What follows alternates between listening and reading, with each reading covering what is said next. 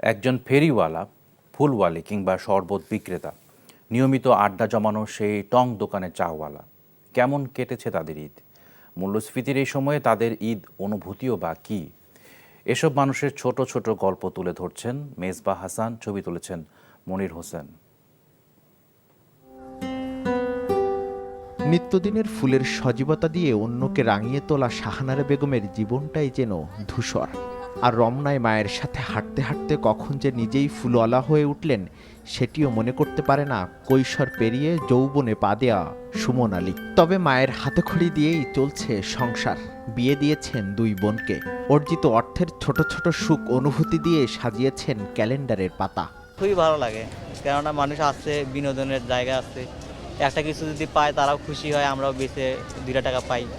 50-এর কোটায় পা দেওয়া রুস্তুম 2 সন্তান নিয়ে ফুটপাতে খুঁজে ফিরছেন ঈদ আনন্দ।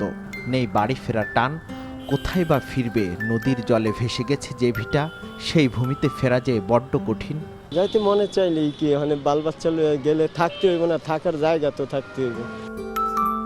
মানুষের নিত্যদিনের চাহিদা ও শখ মেটানোর বিনিময়ে অর্জিত অর্থে জীবিকা নির্বাহ করা এমন হাজারো মানুষের গল্পের রং অভিন্ন।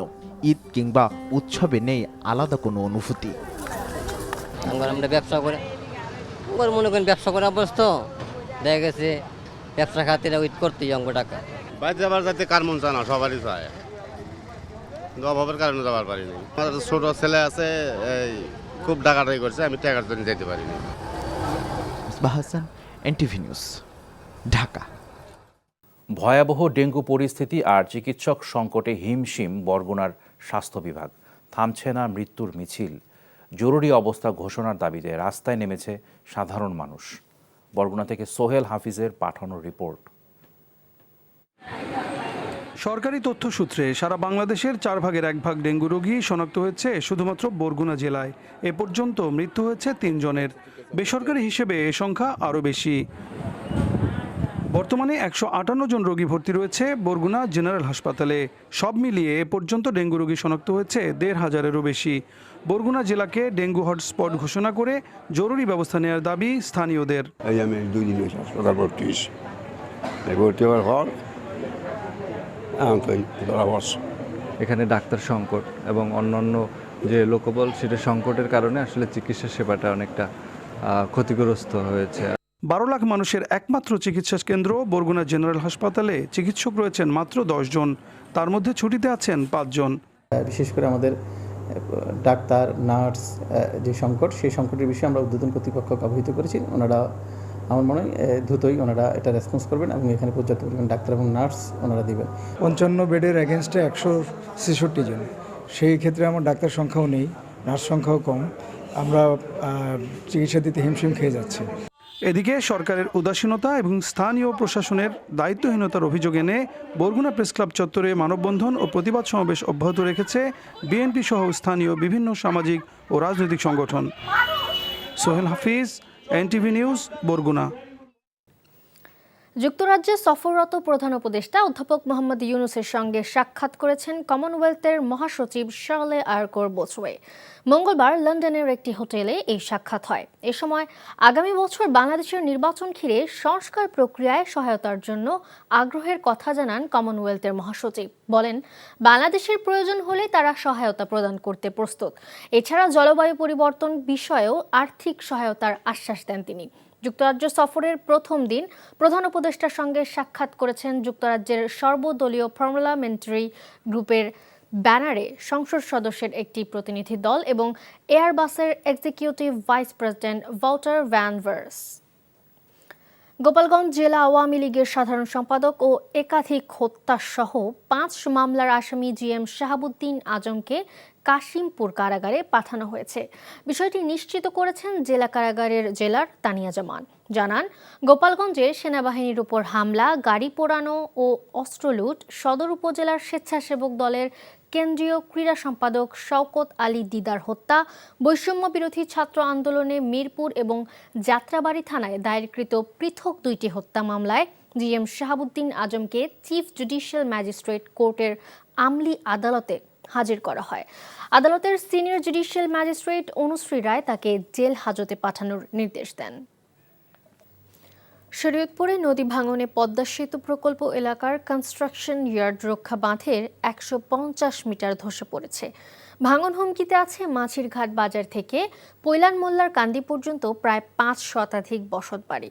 পানি উন্নয়ন বোর্ড জিও ব্যাগ ফেলে ভাঙন রোধের চেষ্টা করলেও কাজে আসছে না। এদিকে হঠাৎ বৃষ্টি ও উজানের ঢলে আগাম বন্যা পরিস্থিতির সৃষ্টি হয়েছে পাবনার চলনবিলে। ইমরুল কায়েসের ডেস্ক রিপোর্ট। শরীয়তপুর পানি উন্নয়ন বোর্ডের তথ্যমতে পদ্মা সেতুর প্রকল্প এলাকার কনস্ট্রাকশন ইয়ার্ড নদী ভাঙনের কবল থেকে রক্ষা করতে সেতু থেকে পূর্ব দিকে 2 কিলোমিটার এলাকায় ১১০ কোটি টাকা ব্যয়ে নদী তীর রক্ষা বাঁধ নির্মাণ করা হয়। পরে এর সাথে যুক্ত হয় নদী শাসনের বাঁধ। তবে এত সব ব্যবস্থাপনা মিলিয়ে যায় নদীগর্ভে। গত বছরই নাওডোবা 0 পয়েন্টে বাঁধের ১০০ মিটার নদীতে ধসে পড়ে। ভাঙন রোধে জিও ব্যাগ ফেলা হলেও কাজে আসছে না।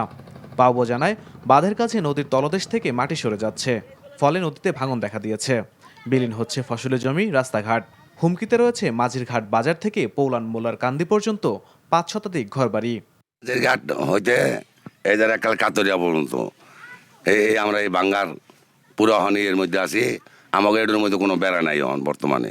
টিকসই বেড়িবাদ যে বাজে হয় এই বাজে আমাকে টিকসই বেড়িবাদ করে দিতে সরকারের কাছে অনুরোধ। পদ্মা সেতু প্রকল্প এলাকা রক্ষা বাঁধ সংস্কারে কাজ করছে পানি উন্নয়ন বোর্ড। ভাঙন প্রতিরোধে আমরা এখন যে ব্যবস্থাটা নিচ্ছি সেইটা দিন হয়েছে। তো আমরা যে ব্যবস্থার মধ্যে সেটা হচ্ছে জিও ব্যাগ বালু হচ্ছে, জিও ব্যাগ আমরা ডাম্পিং করতেছি। তো এখন একটু লেবার সংকট, তারপর আমরা শুরু করে দিয়েছি। আমরা আশা করি 2 দিনের মধ্যে কাজের গতি আরও বেশি বৃদ্ধি পাবে। এদিকে চলনবিলের পাবনা অংশে হঠাৎ বৃষ্টি ও উজানের ঢলে আগাম বন্যা পরিস্থিতির সৃষ্টি হয়েছে। এতে গুমানি ও বড়াল নদীর পানি বৃদ্ধি পেয়েছে। খানমরিচ, দিলপাশার, অষ্টমণি ইউনিয়নের নিম্নাঞ্চলে পানি প্রবেশ করে প্রায় 2 শতাধিক হেক্টর জমির পাকা ধান তলিয়ে গেছে। তলিয়ে যাওয়া ধান কাটতে নির্দেশনা দিয়েছে স্থানীয় কৃষি বিভাগ। Imrul Kayes, NTV news desk. বিএনপির সিনিয়র যুগ্ম মহাসচিব রিজভী আহমেদ বলেছেন, ডক্টর ইউনূস ও তারেক রহমানের বৈঠক হবে ঐতিহাসিক, এটি গণতন্ত্রের জন্য সহায়ক হবে। বলেছেন, যৌক্তিক সময়ে নির্বাচন আয়োজনে সরকারের সাথে আলোচনা করবে বিএনপি। এই বৈঠকটি হবে ঐতিহাসিক বৈঠক। এটা বাংলাদেশের গণতন্ত্রের জন্য এটা সুবাতাস বইবে এবং বাংলাদেশের গণতন্ত্র যেন আর কোনো ফ্যাসিবাদের দ্বারা আক্রান্ত না হয়, কোনো আগ্রাসী রাক্ষসের মুখে পড়ে এটা যেন নিঃশেষ না হয়ে যায়, তার জন্য এই বৈঠকটি আমি মনে করি একটি ঐতিহাসিক বৈঠক হবে। দেশ, জাতি এবং দুর্ভাগা গণতন্ত্রের জন্য এটি একটি মঙ্গলজনক বৈঠক হবে।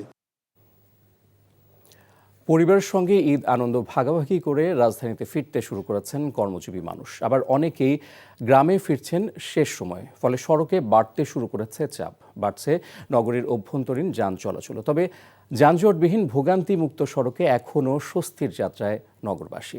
মেজবাহ হাসানের রিপোর্ট। দীর্ঘ বিরতির পর সেই চিরচেনা নগরে ভিড়ল ট্রেন। কাটেনি ঈদের খুশির রেশ, প্রিয়জনকে ছেড়ে আসার ছাপ চোখে মুখে স্পষ্ট। তবে স্বস্তির যাত্রায় কর্মে ফেরার খুশি তারা। ইনশাল্লাহ মোটামুটি ভালোই কেটেছে। এখন গ্রামের বিয়ে বাসায় যাবো। রাস্তাঘাটে যানজট নাই, কোনো সব দিকে ভালো আছে, আলহামদুলিল্লাহ সুস্থভাবে আসছে।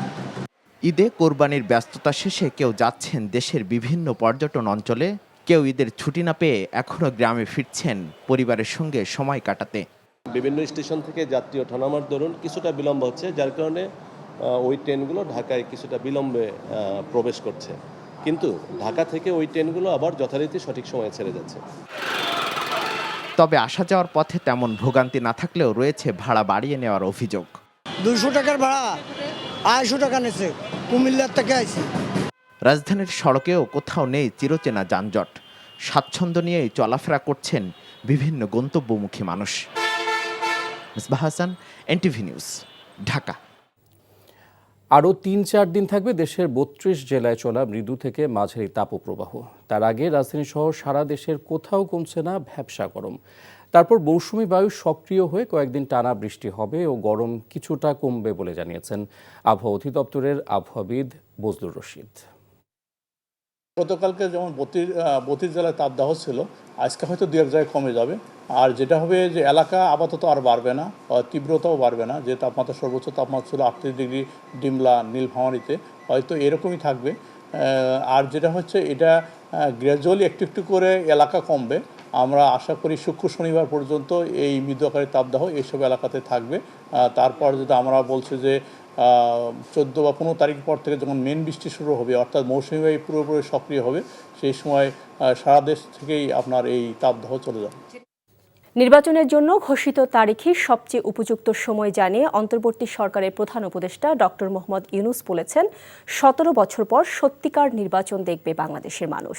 লন্ডনের চ্যাথাম হাউসে এক সংলাপে ডক্টর ইউনূস বলেন, ভারতের সাথে বাংলাদেশ সুসম্পর্ক চায়, তবে তাদের দেশের সংবাদ মাধ্যম মিথ্যা খবর ছড়িয়ে দুদেশের সম্পর্ক জটিল করছে। আওয়ামী লীগের নেতাকর্মীরা দেশের বাইরে থেকে এখনও ষড়যন্ত্র করে যাচ্ছে জানিয়ে প্রধান উপদেষ্টা বলেন, জনগণের দাবিতেই বিচারের আগ পর্যন্ত তাদের দলীয় কার্যক্রম নিষিদ্ধ করেছে সরকার। এর আগে স্থানীয় সময় সকাল 9টায় প্রধান উপদেষ্টার সাথে বৈঠক করবেন যুক্তরাজ্যের প্রধান নিরাপত্তা উপদেষ্টা জোনাথন পাওয়েল। আলোচনায় রোহিঙ্গা প্রত্যাবাসন এবং আঞ্চলিক নিরাপত্তার বিষয়ে যুক্তরাজ্যের সহযোগিতা চান doctor Mohammad Yunus. We will have the most beautiful election we ever had in our history. And the time is right. People are ready. When you have an election after many, many years, after 17 years, you are having first time a real election. So we defined that new Bangladesh by 3 things. One is reform. So one is the reform agenda. Next is the trial. Number 3 is the election. So this, we are talking about the election. So these 3 are responsible.